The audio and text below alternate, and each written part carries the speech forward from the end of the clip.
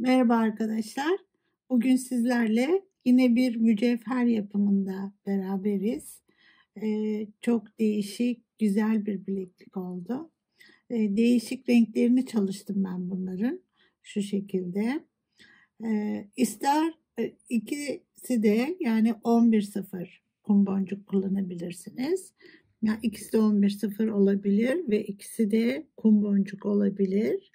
İsterseniz burada olduğu gibi 11.0 kum boncuk ve delika boncuk kullanabilirsiniz. Yine burada da aynı şekilde delika aralarına parlak delika kullanabilirsiniz.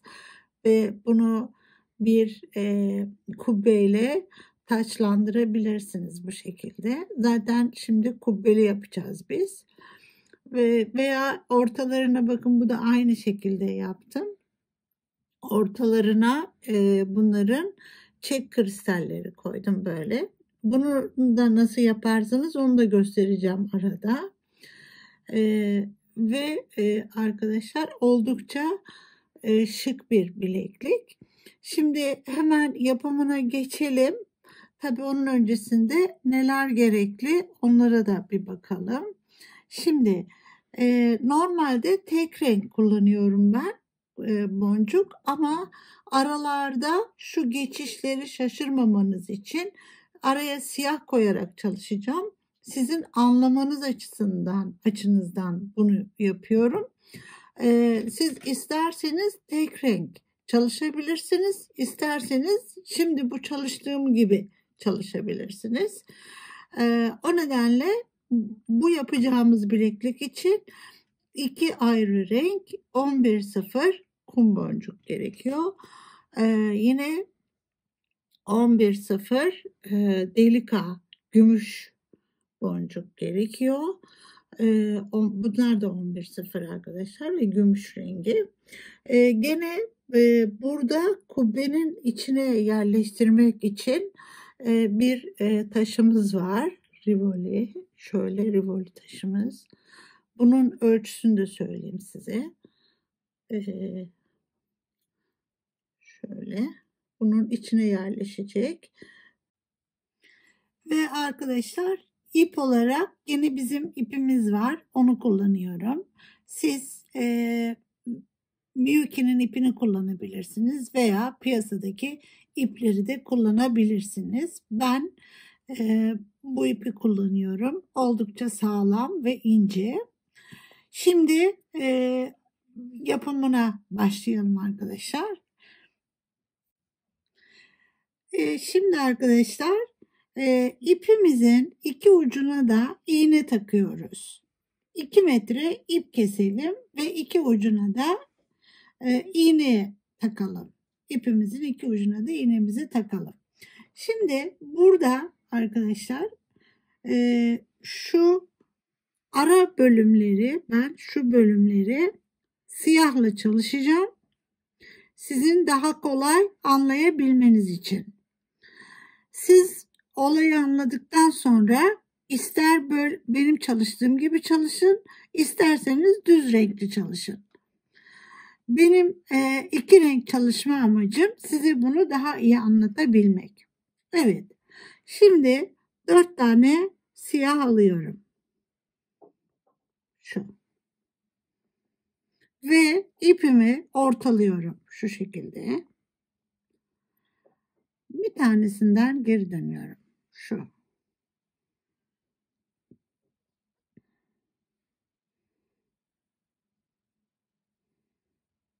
Bu şekilde dönüyorum. Şimdi her bir araya bir tane gümüş yerleştiriyorum.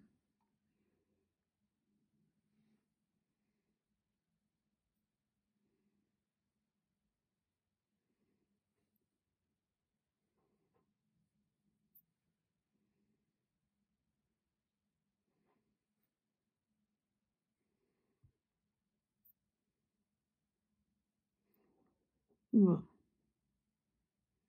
Buraya çıkacağım. Şu.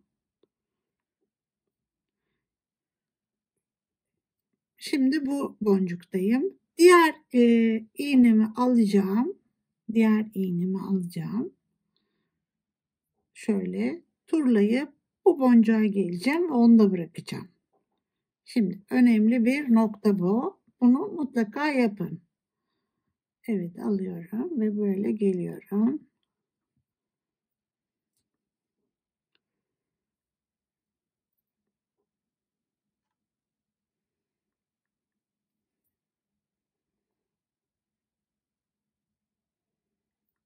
Ve bundan çıkıyorum.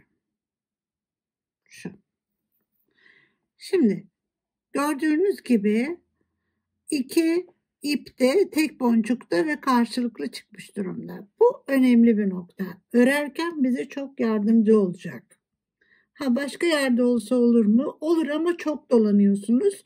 Siz benim bu yaptığım şekilde yaparsanız işleriniz çok kolay olacak. Şimdi bununla ya da bununla örmeniz fark etmez. Şu anda devam ediyoruz. Şimdi iki sıra böyle beyaz çalışacağız. 4 tane alıyorum. Buradan karşısından giriyorum. Şu. İlerliyorum.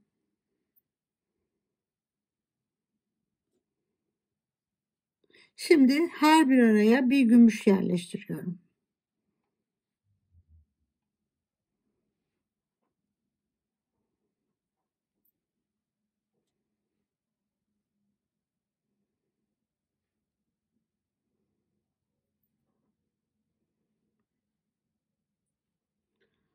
Bunu alıyorum. Buraya girdim. Bakın bu son arayı da yapmış oldum böylece. Şimdi ilerleyip buna geleceğim.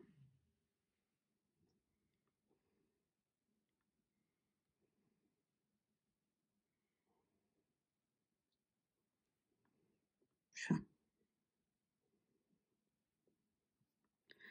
Ve buna bir tane daha çiçek yapacağım. Beyaz ya da krem. Buraya bir tane çiçek yapıyorum. Ve aralara gümüşleri yerleştiriyorum.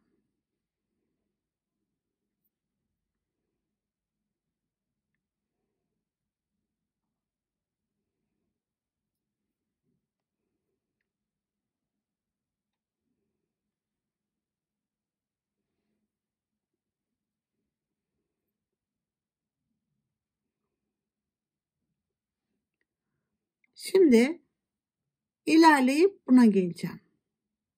Pas geçiyoruz. Şöyle tutayım. İçinden pas geçip buna geliyorum. Bu şekilde.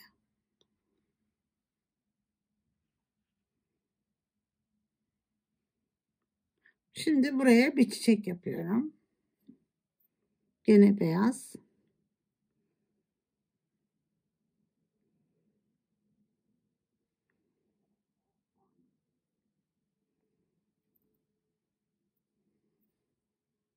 Aralara gümüşleri yerleştiriyoruz.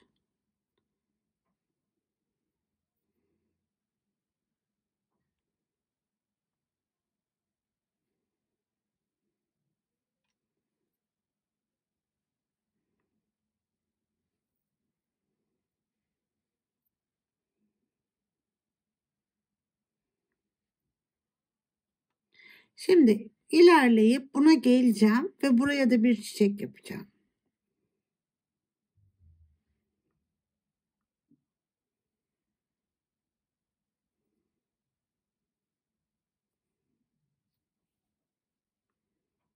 Buraya gene aynı renk çiçeği yapıyorum.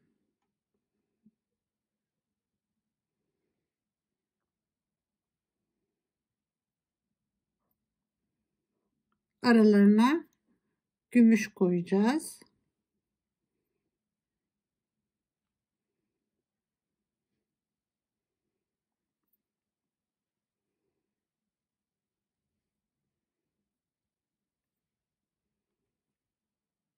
Bunu da aldım. Buraya koyuyorum. Ve buraya ilerliyorum. Şu şekilde. Şöyle. Şimdi gördüğünüz gibi 2 tane çiçek krem rengi. Şimdi siyah yapacağız. Her seferinde aynı şekilde böyle devam edecek. 2 tane krem, bir siyah, 2 krem, bir siyah şeklinde devam edecek. Bu arada da üstleri de yaparak gidiyorum. Şimdi yaptıkça daha iyi anlayacaksınız. Şimdi 4 tane siyah alıyorum. Bu ara. Bu aradaki siyahlara üstündeki çiçekleri yapmıyoruz. O nedenle bunları siyah koydum. Karıştırmayın diye. Şimdi aralarına yine gümüşlerimizi koyuyoruz.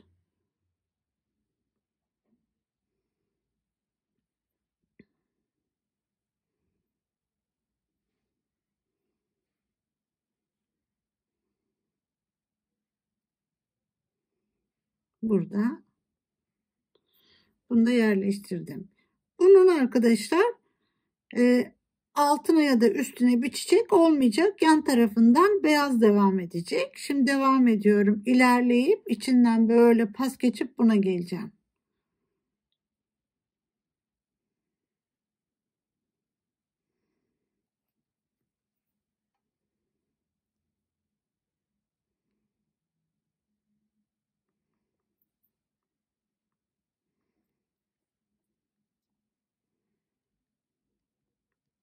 Buraya geliyorum. Şimdi bakın bunlarda altında ya da üstünde başka çiçek olmayacak. Şimdi krem rengini yapıyorum tekrar. 4 tane alıyoruz. Buraya giriyorum. Ve bütün aralarına gümüş yerleştiriyorum.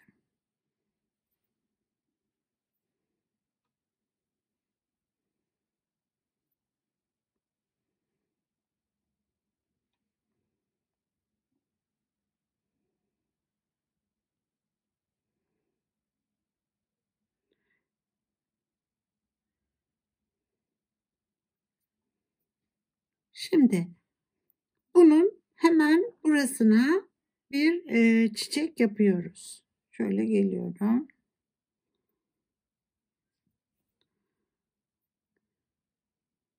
Buraya bir çiçek yapıyorum.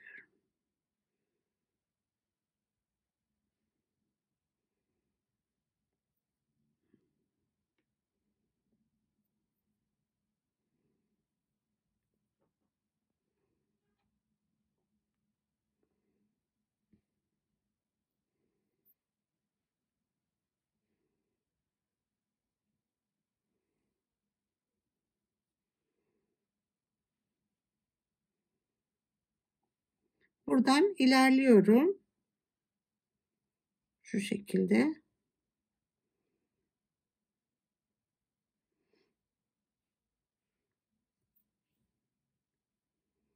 Ve buraya da bir çiçek yapıyorum.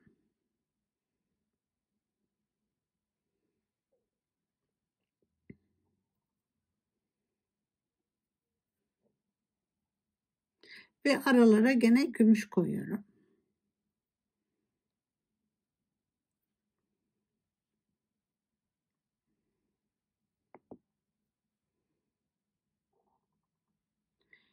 Sonra şu üste buna gelip bir çiçek yapacağım.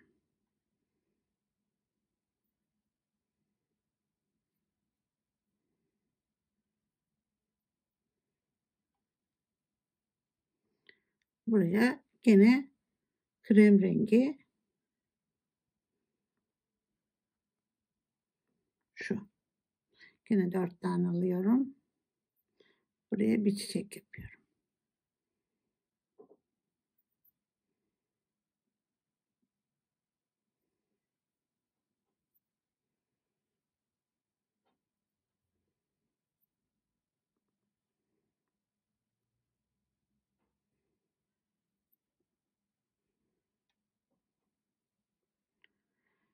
Şimdi ilerleyip pas geçiyorum. Buna geleceğim.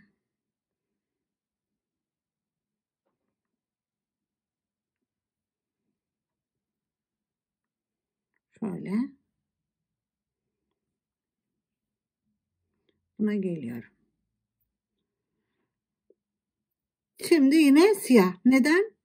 İki tane krem rengi, bir siyah. Bunu buraya yerleştiriyoruz. Şimdi bunların da aralarını yine gümüşle dolduruyorum.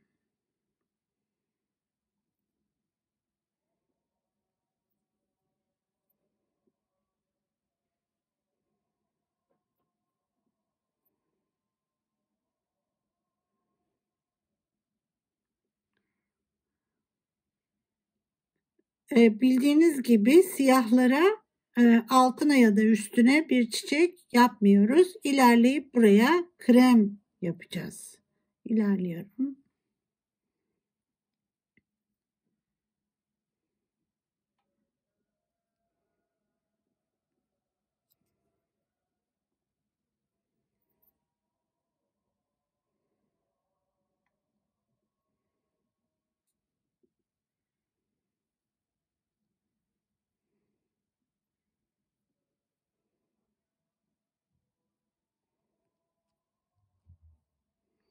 Ve buraya şimdi krem yapıyorum.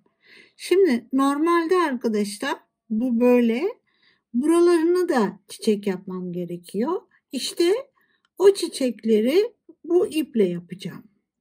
Eğer yaparak gidersem ben çok dolanacağım için çok fazla vakit kaybediyorum ve bazen boncuklardan geçmiyor ip. O zaman da zorlanıyorum. O nedenle ben en kolay olarak bu şekilde buldum ve böyle yapıyorum. Şimdi tekrar krem rengi çiçeğimizi yapalım.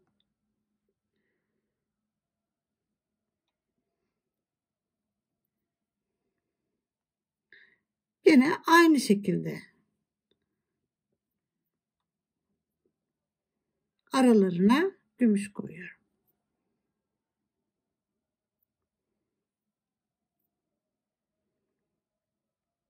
Ve bakın yolumu üstünde, yani ilerlerken hemen buna geliyorum ve buraya da bir çiçek yapıyorum.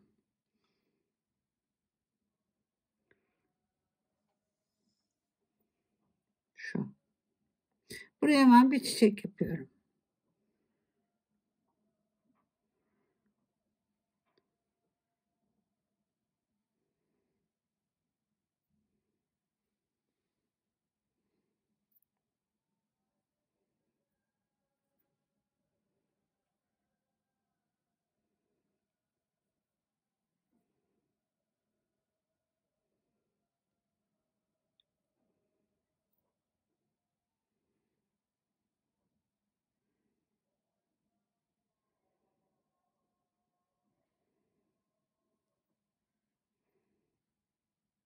Bu şekilde. Şimdi ilerleyip buraya geleceğim.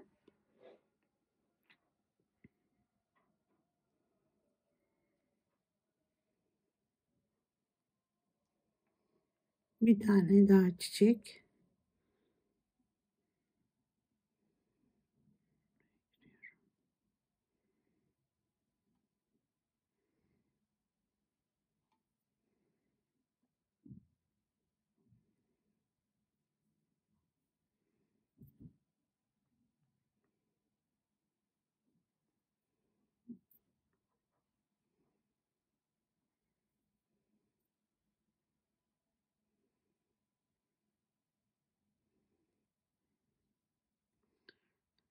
Şimdi şuraya çiçeğimi tekrar yapıp devam edeceğim. Geliyorum. Yolumun üstü, hemen buna bir tane daha çiçek yapıyorum.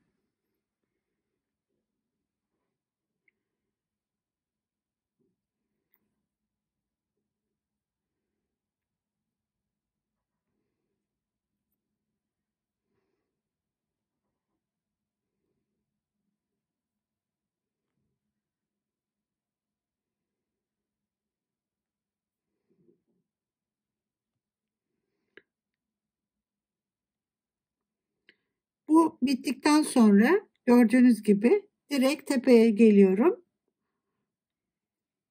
Buraya. Ve şimdi siyahı yapacağım.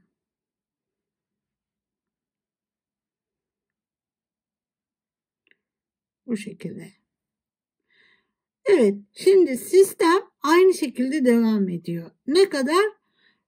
Bileğimizin kalınlığı kadar bunu yapıyorum. Ondan sonra ikinci aşamaya geçelim. Evet arkadaşlar, gördüğünüz gibi benim bileğimin kalınlığı kadar yaptım ben bunu. Sıfır yaptım böyle. Şu şekilde tam şöyle göstereyim.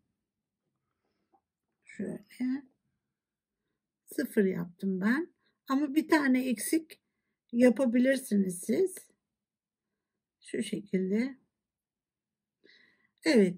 Ben çünkü burada tutmasını da seviyorum. O nedenle burada olması için bu şekilde, yani kaç tane çiçekli oldu? 1, 2, 3, 4, 5, 6, 7, 8, 9, 10, 11, 12, 13 tane ara beyazlı oldu. Öyle diyeyim. Şimdi gelelim diğer biliyorsunuz başlarken burada ipimiz vardı. Onu alıyorum ben şimdi ve onunla çalışmaya devam ediyorum. Bu diğer ucumuz. Şimdi böyle geldim, bitirdim bunu ve bu diğer ucumuzu alıyorum. Şimdi şöyle tutuyorum arkadaşlar. Bakın buraya geliyorum. Bundan çıktım. Burada biliyorsunuz karşılıklı çekmiştik ipleri. Bu şekilde. Şimdi buraya çektim. 4 tane alıyorum yine.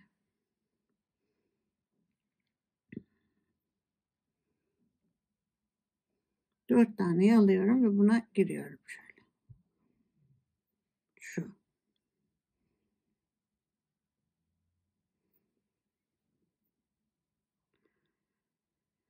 Şimdi şu gümüşleri ortak kullanacağız. Onlara çok dikkat etmem gerekiyor. Buradan çıkmışım. İlerliyorum. Şu. Ve bu gümüşü alıyorum. Çok önemli.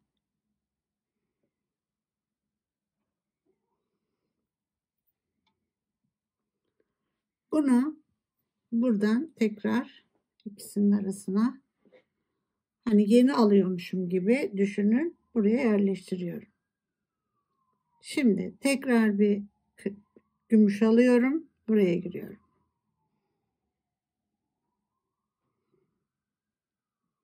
Bir tane daha alıyorum. Buraya giriyorum. Şimdi bakın arkadaşlar. Neden hep iki tane ayrı iple çalıştığımı şimdi daha iyi anlayacaksınız. Bunu da yerleştirdim. Evet. Buradaki iki çiçeğim de bitti. Şimdi ilerleyip buna geleceğim. Bakın buradan ilerlemek çok kolay. Şöyle ilerliyorum. Bundan ve bundan pas geçiyorum. Şöyle bir iki boncuk pas.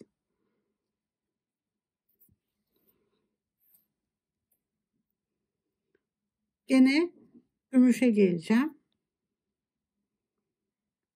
Şuraya. Gümüşten çıkmam gerekiyor. Şöyle. Bakın. Ve buraya 4 tane alıyorum.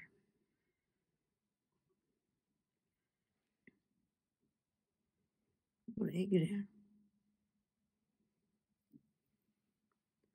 Şimdi buradaki gümüşleri yerleştirerek gideceğim. Buraya geliyorum. Bir tane ilerliyorum.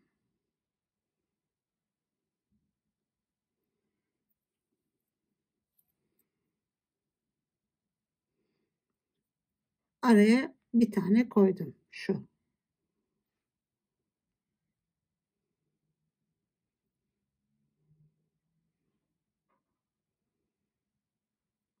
Bakın zaten burada bu ortak olacak. Kendisi yerleşiyor burada. O geldiğimde onu sadece tutturacağım oraya. Bir tane buraya koyuyorum. Şu.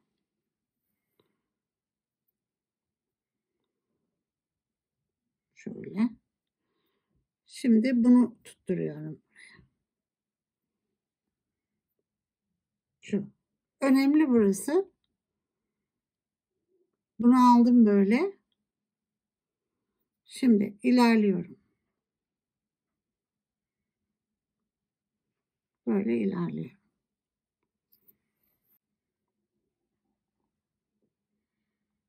Bunu böylece burayı bitirmiş oldum. Şimdi bakın buradayım. Buradan çıkmışım. Şöyle turlayıp buraya geleceğim. Biz eğer iplerimizi önce hani karşılıklı olarak çekip yapmasaydık bu şekilde denk gelmeyecekti. Şimdi buradan ilerliyorum.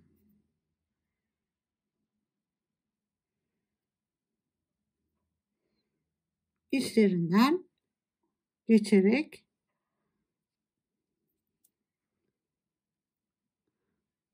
böyle turluyorum.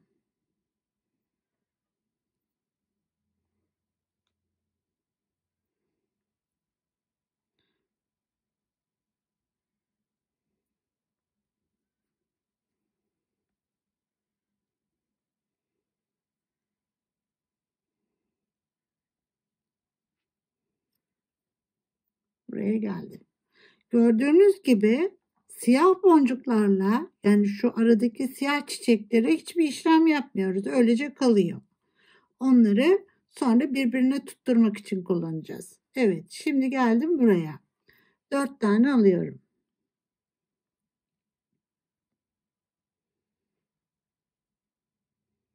Buraya girdim.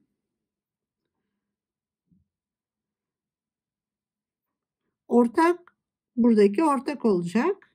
Ama önce buradan bir ilerliyoruz. Şöyle. Buradan bir tane ilerliyorum. Şu. Bakın bu ortak. Şöyle.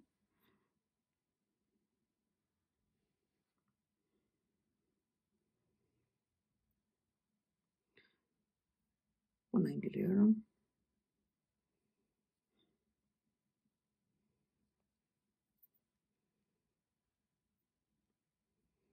Şimdi araları gümüşle dolduralım.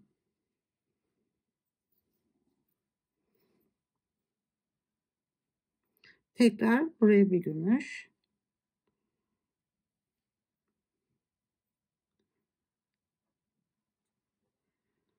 Şu. Turlayıp buraya geleceğim. Bunun çiçeğini yapacağım. İlerliyorum. Bu şekilde geçebilirim. Şöyle. Bakın. Bu şekilde geçebilirim. Eğer böyle geçmiyorsa arkadaşlar zorlamayın. Tek tek geçin. Evet. Şimdi buradayım. 4 tane alıyorum.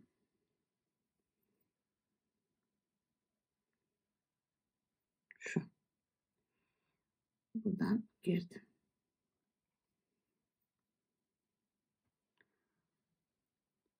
Şimdi gümüşleri yerleştireceğiz.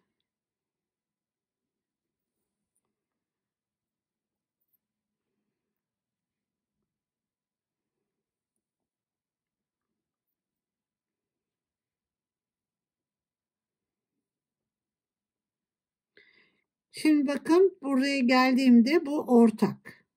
Bunu atlamayın. Bu ortak. Bunu böyle alıyoruz. Buradan böyle giriyorum. Tek tek gireyim ya da şu şekilde.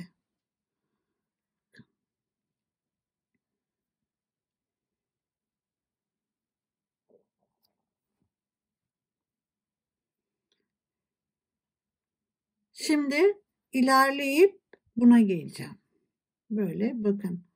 yolundan. Çünkü varlak olarak dönmem gerekiyor ve aynı şekilde dönüyor. Eğer ipi baştan iğneleri doğru şekilde ayarladıysanız.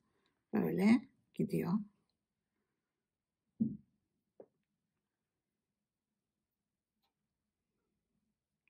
Şöyle tutayım.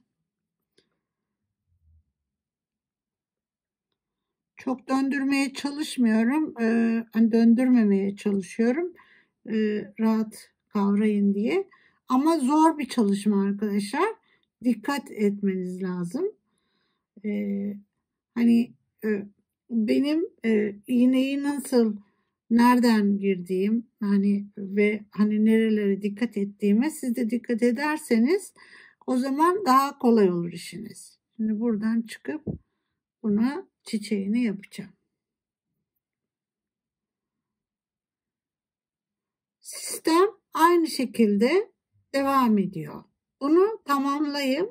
Sonra diğer aşamaya geçelim. Evet arkadaşlar, şimdi diğer bölümlerini de bitirdik. Böylece 13 parça bu şekilde tamamlanmış oldu. Şimdi geldik son bölüme.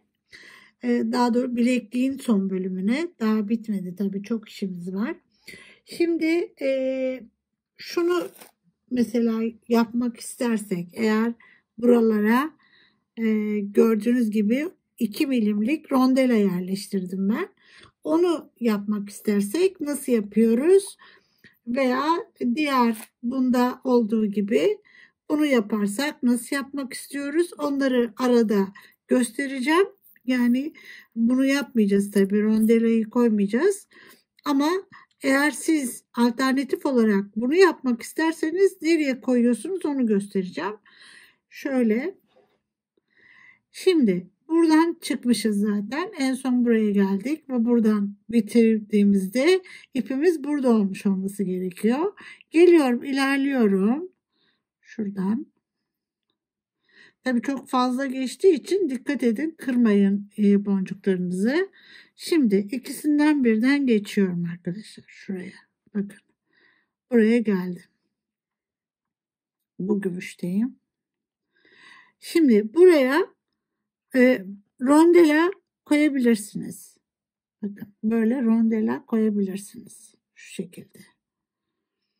Ben bunda rondela koydum. Gördüğünüz gibi. Şimdi rondelayı koyayım, sonra geri çıkayım ben. Nasıl yaptığımı görün diye. Şimdi şu.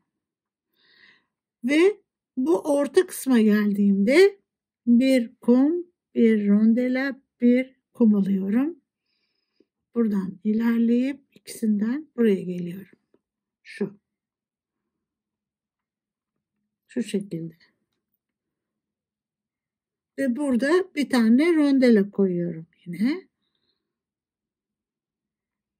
Şuraya. Şöyle. Ve tekrar bir rondela yukarı çıkıyorum. Şu. Öyle. Yani isterseniz böyle de yapabilirsiniz. Buradan ilerliyorum. Yine orta kısımlara geldiğimde bakın bir kum, bir rondela, bir kum koyuyorum. Şu. Bunu buradan tekrar buraya kadar ilerliyorum. Şöyle. Şu. Yani her seferinde buralara birer tane, ortaya bir tane rondela koyup böyle iki tarafını da geçiyorum. Nerede? Bu şekilde yapmak istersen. Böyle yapmak istersen. Ama ben şimdi bunu böyle yapmayacağım. Normal bunun gibi yapacağız. Onu nasıl yapıyoruz onu göstereyim. Şimdi bunu ben bir çıkarayım. Tekrar başa dönelim. Evet arkadaşlar, şimdi biz normal devam ediyoruz. Her bir gümüşün arasına birer tane kum koyuyorum. Şimdi buradan çıktım. Buraya giriyorum. Şu. İlerliyorum. Şöyle. Şimdi buraya 2 kum koyuyorum. Dönüşte arasına bir tane daha gümüş koyacağım. Şimdi sadece bu şekilde ilerliyorum.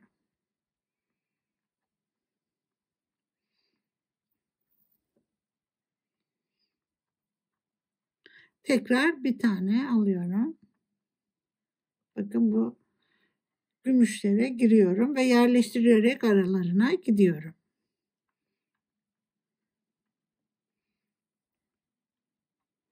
Buradan ilerliyorum. Tekrar 2 kum koyuyorum. Ve buradan ikisinden, üçünden aşağı. Şöyle. Tekrar 1 kum.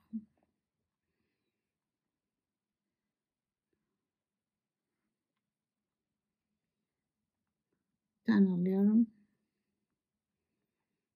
Üçünden böyle geçiyorum.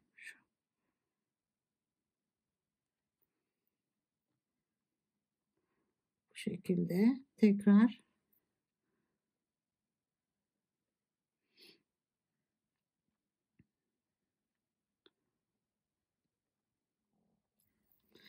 şimdi sistem aynı şekilde dönüyor. Köşeye kadar geleyim. Nasıl devam edeceğim? Tekrar bu köşede göstereyim. Evet, şimdi sonuna geldiğimizde yine üstüne 2 tane aldım. Bu şekilde giriyorum. Bir tane buraya koyuyoruz. Şöyle. Ve komple turlayıp çıkacağız. Buradan. Tabii biraz artık çok sıkı oldu. Şöyle. Ve buradan ilerliyorum.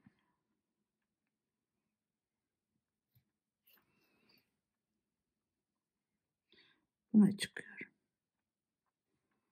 Şimdi bu tarafını da aynı şekilde devam ediyorum. Nasıl? Bir tane kum aldım. Buraya çıkıyorum. Şu. Şimdi 2.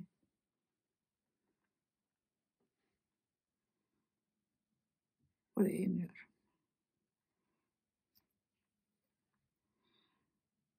Gene bir tane kum alıyoruz.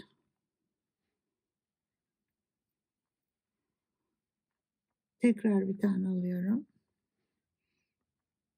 Ve şöyle yukarı çıkıyorum. Sistem bu şekilde. Bu tarafı da tamamlayayım. Şimdi son dilimdeyim arkadaşlar. 2 tane daha alıyorum buraya. Şöyle geldim. Bir tane alıyorum ve buraya giriyorum. Şu. Şimdi böyle bırakabilirsiniz. İsterseniz aralara yine gümüş koyabilirsiniz. Bir de aralara gümüş koyarsak nasıl olacak? Onu da devam ediyorum. Buradan ilerleyeceğim.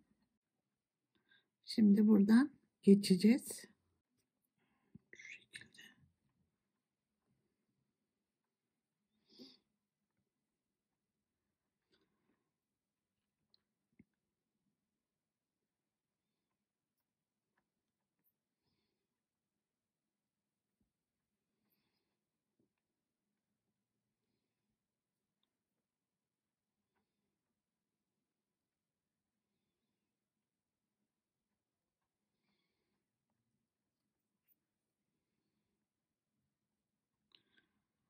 Şimdi bu araya ilerleyip oraya bir tane gümüş yerleştireceğiz. İlerliyoruz.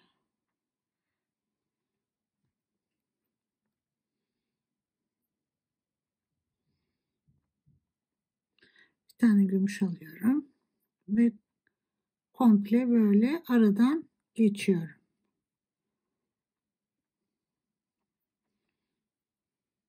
Bu.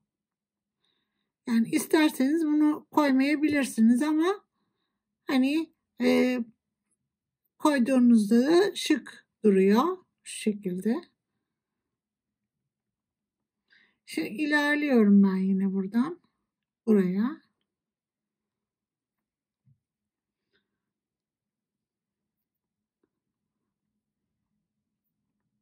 Şuraya ikisinin arasına geliyorum.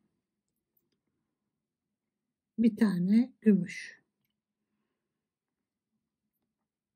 Buradan ilerliyorum.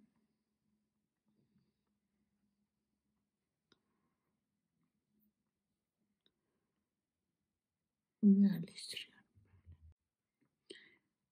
Evet, devam ediyorum. Buradan ilerleyip yine araya geliyorum. Şu şekilde ve buraya da bir tane gümüş yerleştiriyorum.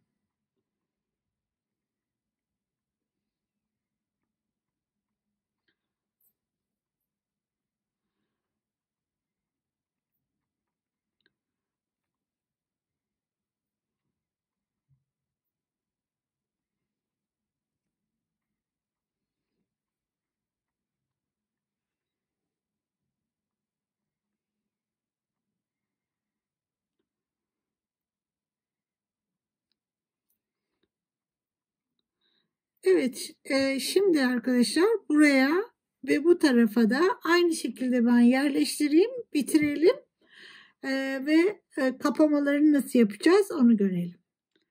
Evet arkadaşlar, şimdi gümüş boncuklarımızı yerleştirdik iki tarafına da. Şimdi artık iplerimizi yok edelim. Şuraya geldim ben. Buradan bir düğüm atacağım böyle.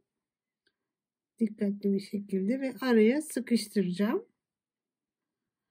Çünkü dolanıp geldim birkaç kez. Zaten sağlam oldu. Onda sıkıntı olmaz. Şöyle ve yakalım bunu. Şu şekilde. Buna da düğüm attım buraya.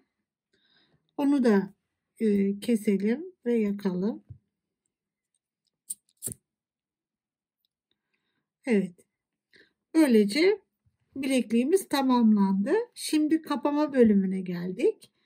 Ama onun öncesinde eğer böyle bir şey yapmak istiyorsanız, bunun gibi bir şey yapmak istiyorsanız bunları gördüğünüz gibi böyle ilk 4 boncuğa dikiyoruz. Şu şekilde dikiyorum 4 tane boncuğa kapamalarımızı ve bu üzerindeki kristalleri yerleştiriyorum. Şimdi onu nasıl yerleştiriyorum? Onu bir iki tane göstereyim size. Şimdi bunlar boyutlarını söyleyeyim arkadaşlar. Bunun boyutu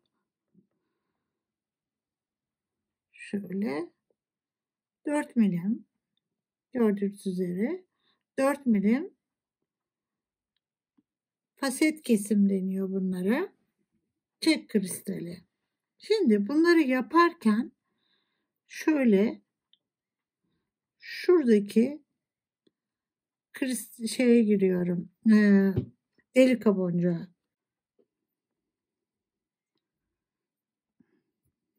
Şu. Bir tane kristal, bir kum, bir kristal alıyorum. Şu. Bunu yine buradan giriyorum.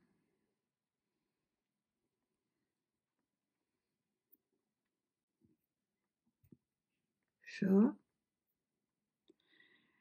Buradayken ilerliyorum. Kum boncuğu. Şöyle.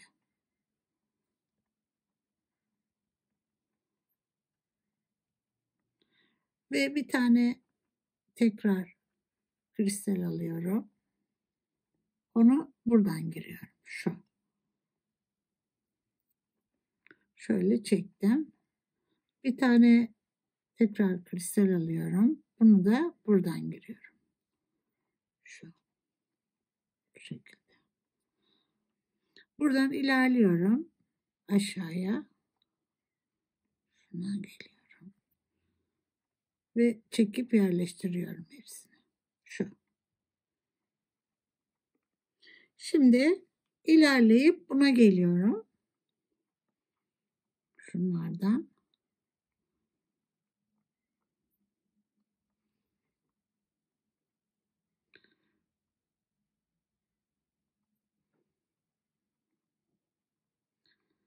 Siyah boncukların delikleri biraz daha dar. Şimdi buradan ilerliyorum.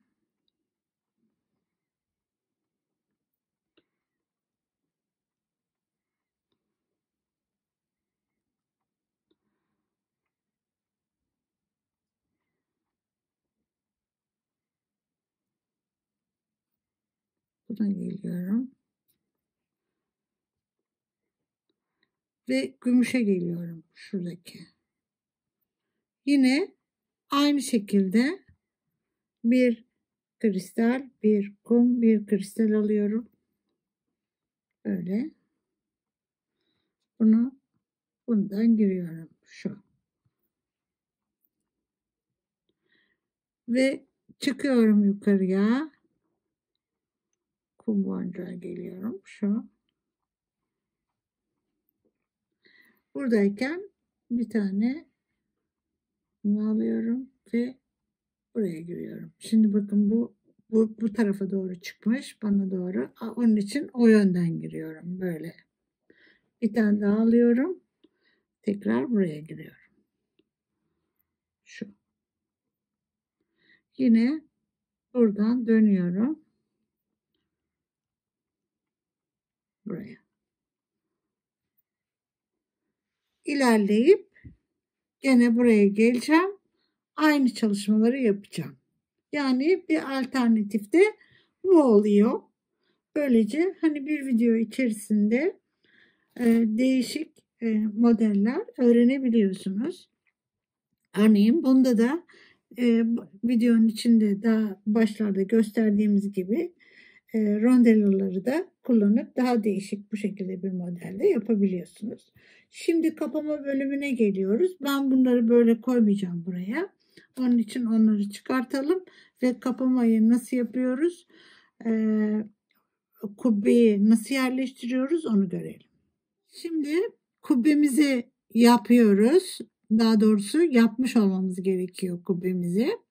Kubbe videosundan faydalanarak 8 yapraklı ve 5 sıralı 8 yapraklı 1, 2, 3, 4, 5, 6, 7, 8 yapraklı ve 5 sıralı kubbemizi yapalım. Biliyorsunuz kubbeyi yaparken misina ile yapıyoruz. Ve şimdi bundan sonraki yani şunu buraya nasıl yerleştireceğiz onu göreceğiz şu anda şu şekilde. Bakın burada olduğu gibi onu oraya nasıl yerleştireceğimizi göreceğiz. Şöyle. Şimdi bunu yine misinayla dedim 16 milimlik 0,16 milimlik misinayla kubbemizi çalışıyoruz ve buradan şimdi bunları buraya yerleştireceğiz. Yine birazcık şöyle gümüş rengi boncuk alalım. Şimdi dörtlüde çalışıyoruz arkadaşlar. Şuradaki dörtlülerde. Buradan bir kez geçiyorum. Bu önemli şimdi. Burada 4 tane şöyle 4 tane kum alıyorum şu. Şimdi buradayken buraya giriyorum. Şu. Buna giriyorum. Ve ilerliyorum şöyle. Burada 3 alıyorum. 3. Buradan bir tane alıp şu şekilde ilerliyorum. Şu. Şimdi tekrar şu 4 taneden ilerliyorum. 3 tane alıyorum. Bir tane buradan ve 4'ü buradan ilerliyorum. Tekrar 4 tane ilerliyorum. 3 tane alıyoruz. Buradan ve böyle giriyorum.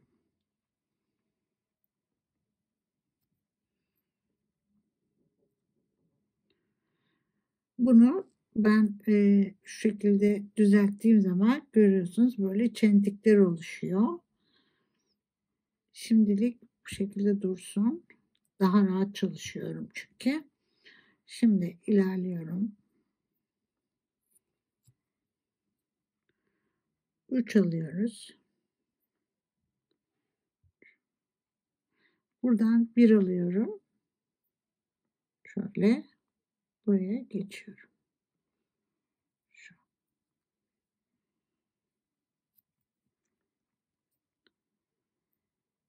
Oldukça yani bu tür bizim işlerin çoğu zaten öyle. Hani basit işler değil arkadaşlar. Daha ileri seviyede kurs diyebilirsiniz bunlara. Ama şunu biliyorum ki eğer dikkatli bir şekilde benim dediğim şekilde yaparsanız ileri seviye ya da birinci seviye fark etmez yaparsınız. Sadece beni takip edin. Evet. Şu şekilde. Şimdi ilerliyorum yine.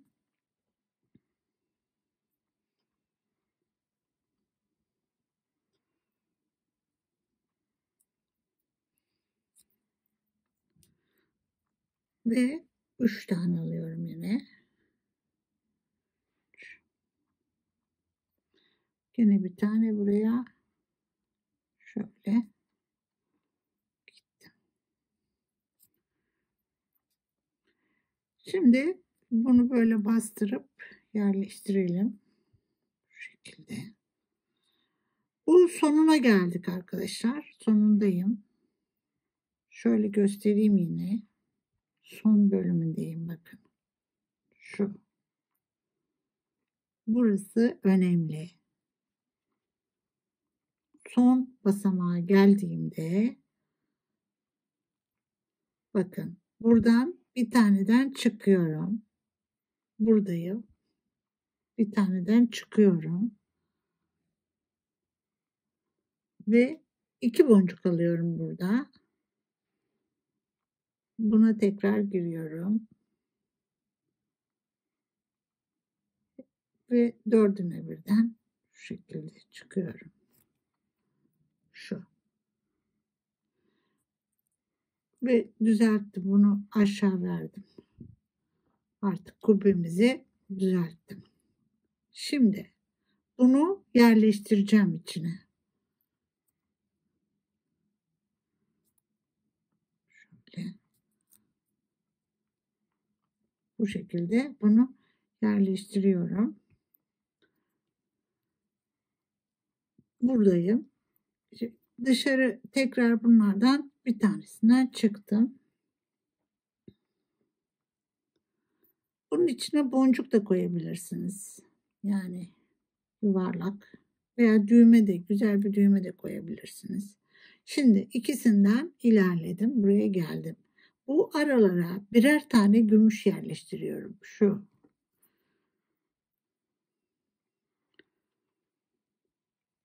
Tekrar bunu alıyorum. Şu. Bir tane alıyorum.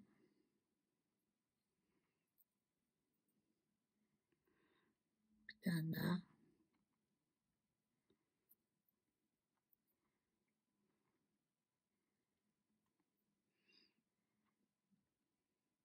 Aralara birer tane gümüş yerleştiriyorum. Böylece tırnak yapmış olduk aslında. Hani taşımızı tutuyor. Evet. Tamamladık. Ve taşımızı içine yerleştirdik. Şu. Gördüğünüz gibi çok şık oldu. Bunu bir kez turlayalım. Şöyle. Ya da birkaç kez turlayabiliriz.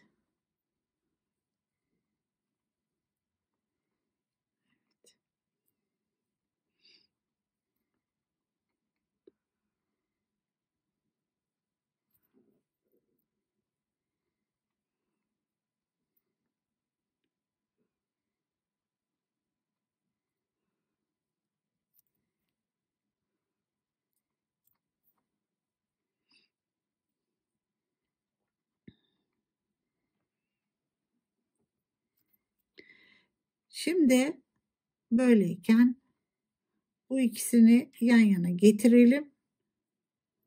İki ucu yan yana getirelim ve bağlayalım birbirine.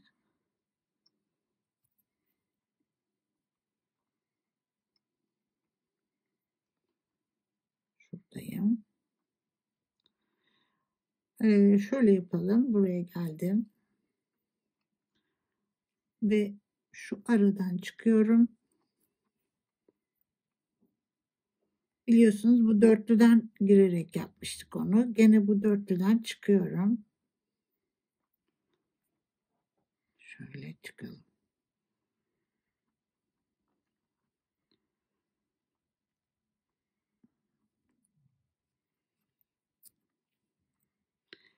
Çıktık. Şuradan gelelim şuraya. Evet. Ve şu an yan yanayım. Bununla. Bu uçla. Şimdi bunu bağlayacağım ve yakacağım. Şuradan keselim önce. Daha rahat bağlarız. Misina düğümünü biliyorsunuz. Tekrar göstereyim. Şöyle. 1, 2. Bunu bağlıyorum. Bir tane de üstüne alıyorum. Şöyle. Evet. Ve ben bunları şuradan dışarı çıkaracağım. Şu. Burada boncuğun içinden dışarı çıktım şöyle ki düğümü içeri sakladım. Ve burada kesiyorum bunu. Şimdi hafiften yakıyorum. Bunu da aynı şekilde şöyle. Bunu da yakalım. Evet. Şimdi taşımızı kubbenin içine yerleştirdik. Şimdi yapacağımız iş arkadaşlar bunu buraya dikmek olacak. Onu da yapalım. Buradaki şu 4 tane gümüş boncuğa ikişer ikişer aralıklarla bunu içine yerleştiriyorum. Nasıl yapıyorum? Şöyle. Buradan girdim. Gene misinayla yapıyorum. Bunu. İple yapayım isterseniz görmeniz daha kolay olur. Evet. Evet. Şimdi ipimizi değiştirdik. Yani misina değil de iple yapalım dedim. Daha net görün. Şimdi buradaki bir tanesinden bu şekilde çıkıyorum. Şöyle ve bunu şöyle herhangi bir yerinden 2 tane ilerliyorum. Böyle geldiğim için yine böyle gidiyorum. Yani karşı yöne doğru. Şöyle koydum. Şimdi ikisinden geçtim ve buna geliyorum. Şuna. Şöyle.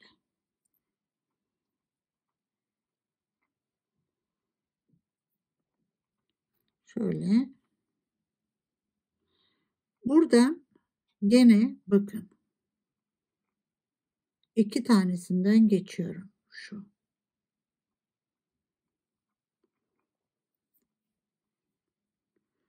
Çeviriyorum. Buradaki şu 3. boncuk. Buna giriyorum.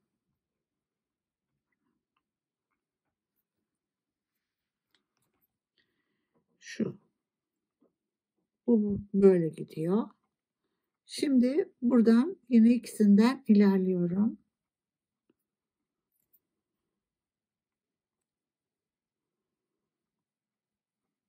Ve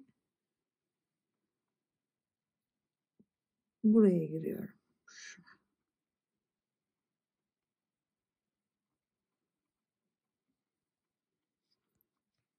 Şu. Bu şekilde bakın geldim. Şu. Böyle tutuyor birbirine. Şimdi bu ikisinden ilerliyorum. Ve başlangıç boncuğuma geldim. Şurada. Artık bitti yani bu. Şimdi çekip yerleştireyim ben bunları. Yavaş yavaş, hani siz görün diye normalde dikerken böyle yapmıyorum. Yerleştire yerleştire gidiyorum. Bakın bunları çekerek böyle yerleştirdim üstüne. Çeke çeke yerleştirdim. Evet, şimdi ikisini yan yana getireceğim ve bağlayacağım birbirine. Şimdi buradayım. Şöyle, eğer bir kere daha geçebilirsem hepsinin içinden çok daha sağlam olur. Şu an bakın içinden tekrar bir daha böyle turlayarak geçebilirsem sağlam olur.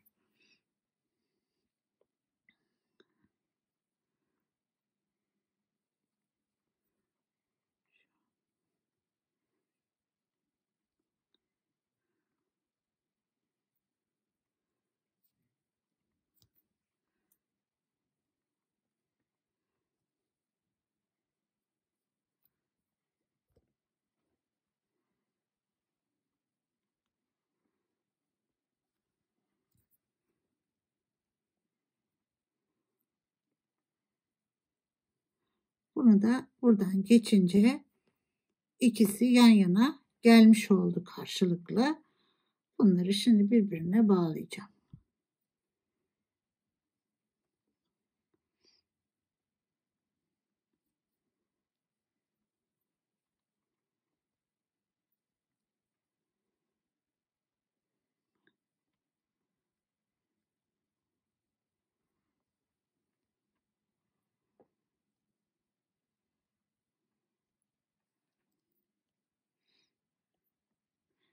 Şimdi bunu keselim.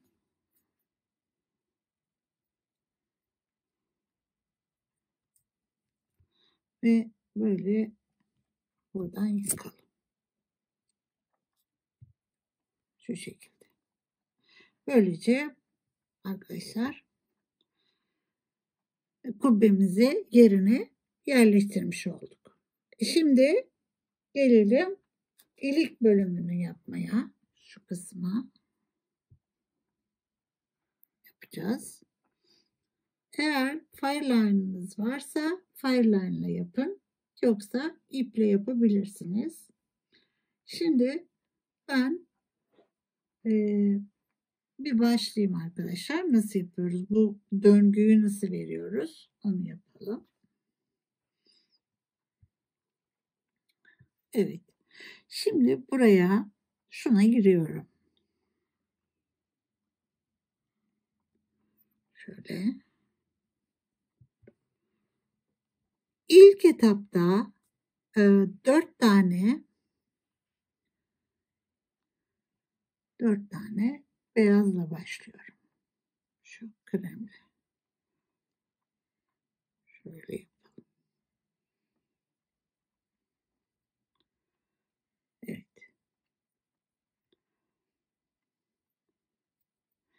Şimdi gene aralarına birer tane gümüş yerleştiriyorum. Aynı örgü tekniğinde yaptığımız gibi. Bu dörtlü olarak yapıyoruz. Ama sonrasında beşli devam edeceğiz. Evet. Hepsine yerleştirdik.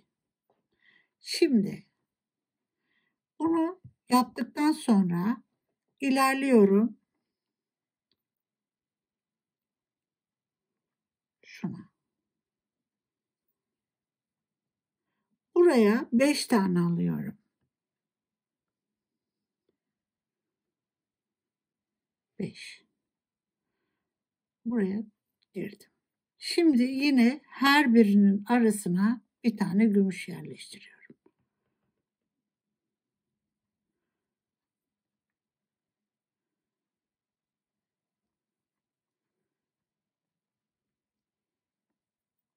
içine iyice yerleştirmemiz lazım. Evet.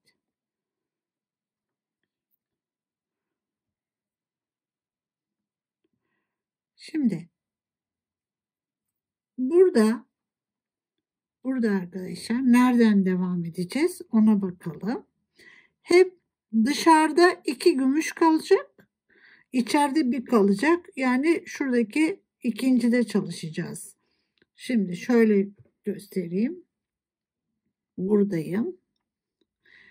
Çünkü bunun böyle dönmesi gerekiyor. O nedenle ilerliyorum. Şuradan buna geliyorum. Şimdi buraya yine 5 alıyorum. 5 aldım. Buna giriyorum. Gene aralarını gümüşle dolduruyoruz. Şöyle dolduralım.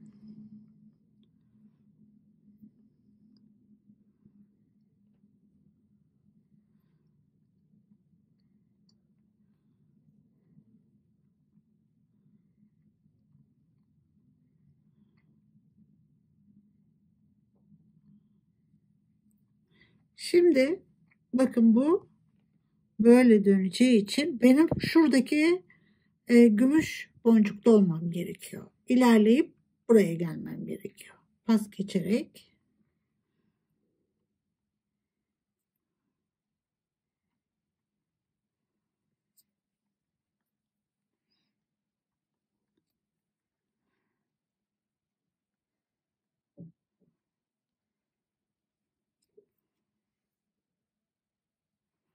şimdi bakın bundayım. Bu boncukta. Çünkü böyle yuvarlak olması gerekiyor. 5 tane alıyorum. Şu.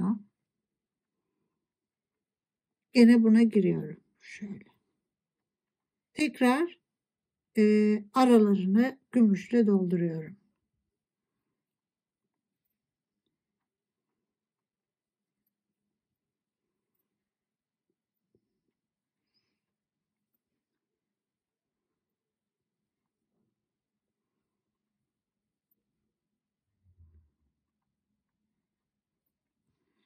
Bu şekilde. Şimdi nerede olmam gerekiyor? Bakın içeride hep birer tane boş gümüş kalıyor. Şunda olmam gerekiyor. O nedenle o mantığı kurabilirsiniz. Ya da dışarıda 2 tane boş kalması gerekiyor. Şimdi buradan pas geçerek içeride bir tane gümüş bırakıp hep gümüşlerde çalışacağız. Şu şekilde böyle devam edecek. Şimdi tekrar bir alayım 5 tane.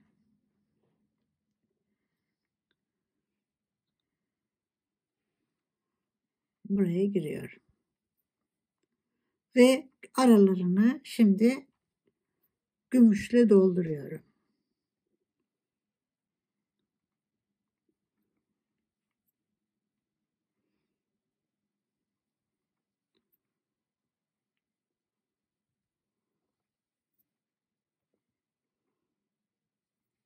Evet. Gördüğünüz üzere bu şekilde dönmeye devam ediyor. Şimdi tekrar turlayarak geliyorum. Gene bu çalışma boncuğuna. Şuna geliyorum. Ben şimdi yapmaya devam edeyim. Nasıl yapıldığını anladınız. Birleştirme kısmında beraber olalım. Evet arkadaşlar. Şimdi ben tamamladım bunu. 13 tane çiçeğimiz oldu. Şimdi 14. ile birleştireceğim. 14'lü çiçek yaptığımızda bu dahil olmak üzere daha iyi kapanıyor. Daha rahat kapanıyor öyle diyeyim. Şimdi buradan gene 5 tane aldım ve şuna giriyorum tersten. Evet. Yine aralara bunları yerleştiriyoruz. 2 tane gümüş dışarıda kalıyor. Böyle. Şimdi diğeri burayla birleşecek. Şimdi bu önemli. Bakın bunu getirip burayla birleştiriyorum. Şöyle. Şuradan giriyorum. Bakın bu nerede? Şurada. Bunu buradan çıkacağım. Şimdi bir tane daha gümüş alıyorum. Ve onu da buradan çıkıyorum. Şöyle. Şu. Böylece birleştirme işini tamamlamış olduk. Ama şimdi bundan sonra bir işimiz daha var arkadaşlar. Onu da yapalım. Şimdi buradan ilerliyorum. Ve şöyle buraya geliyorum. Şöyle bir turluyorum çünkü. Sağlam olması açısından.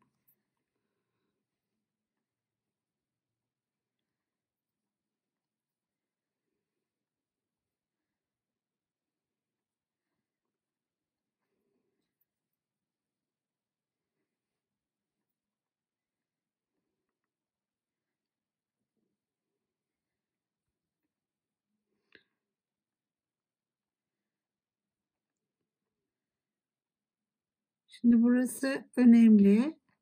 Buradan şu ikişer tane atlayıp her birinin arasına bir boncuk yerleştireceğim. Şuradan ilerliyorum. Şu.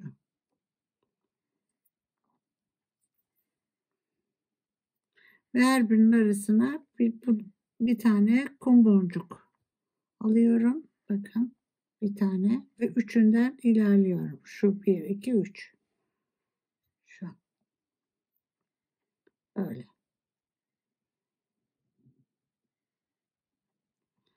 Tekrar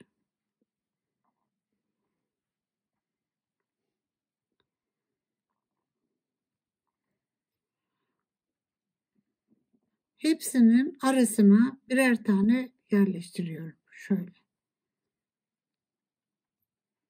Şu. Tekrar.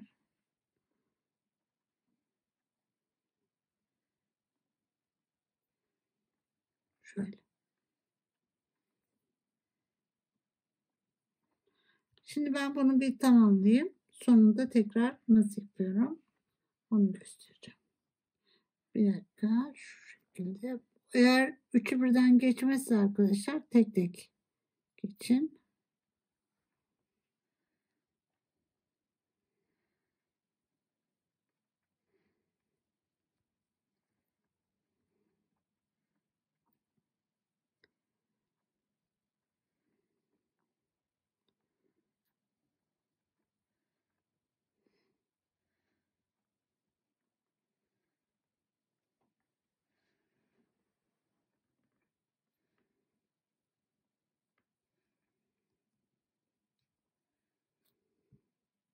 Evet, ben şimdi bunları doldurayım arasını ve sonra bitirelim.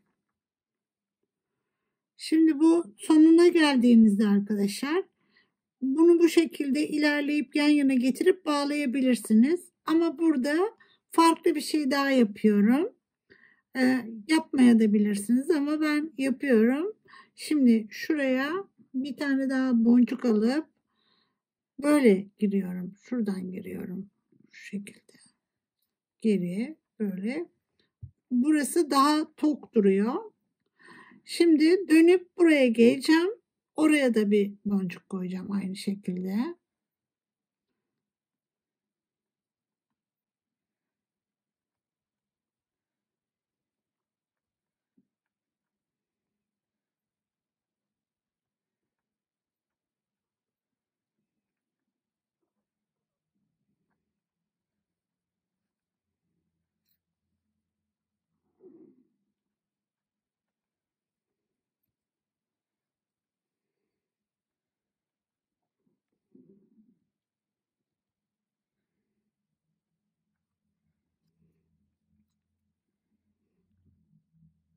Şimdi gördüğünüz gibi buradayım. Bunu buradan alıyorum ve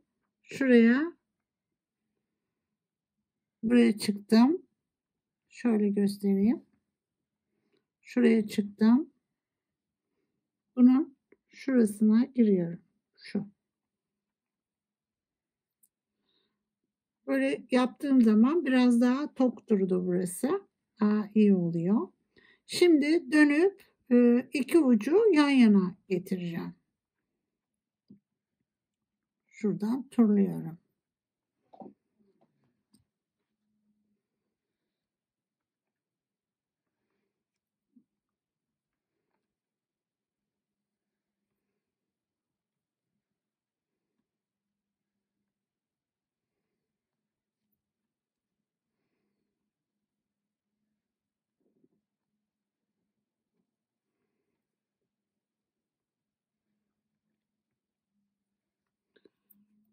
Böylece iki ucu burada bir yan yana getirmiş oldum. Bunları bağlıyorum.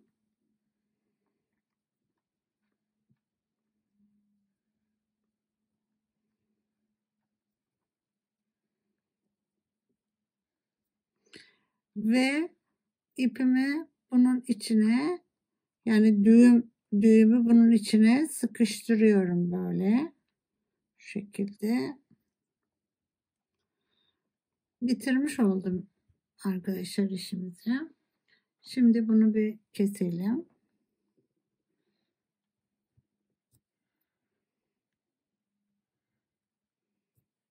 Evet. Ve yıkalım dikkatli bir şekilde. Evet, böylece tamamlamış olduk. Evet. Bu da bu şekilde olmuş oldu. Şimdi bir dersin içerisinde birkaç tane model bileklik öğrenmiş olduk. Aslında aynı teknik ama versiyonlarını değiştirdik. Boncuk ilave ettik. Bakın bu da, yani isterseniz bunu düz bir şekilde yapabilirsiniz. İsterseniz yine böyle siyahları ilave edebilirsiniz. Şimdi bu da bu şekilde.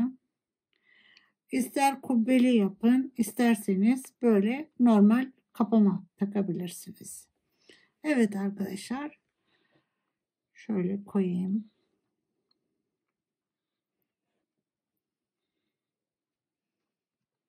Hepsi ayrı güzel.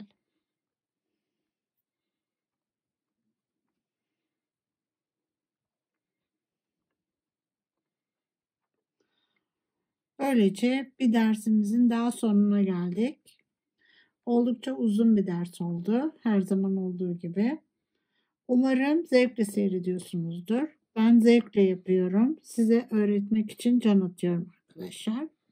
Öğrendiğim her tekniği sizinle paylaşmak gerçekten bana mutluluk veriyor. Evet, sağlıcakla kalın. Nazo tasarımda kalın. Hoşça kalın arkadaşlar.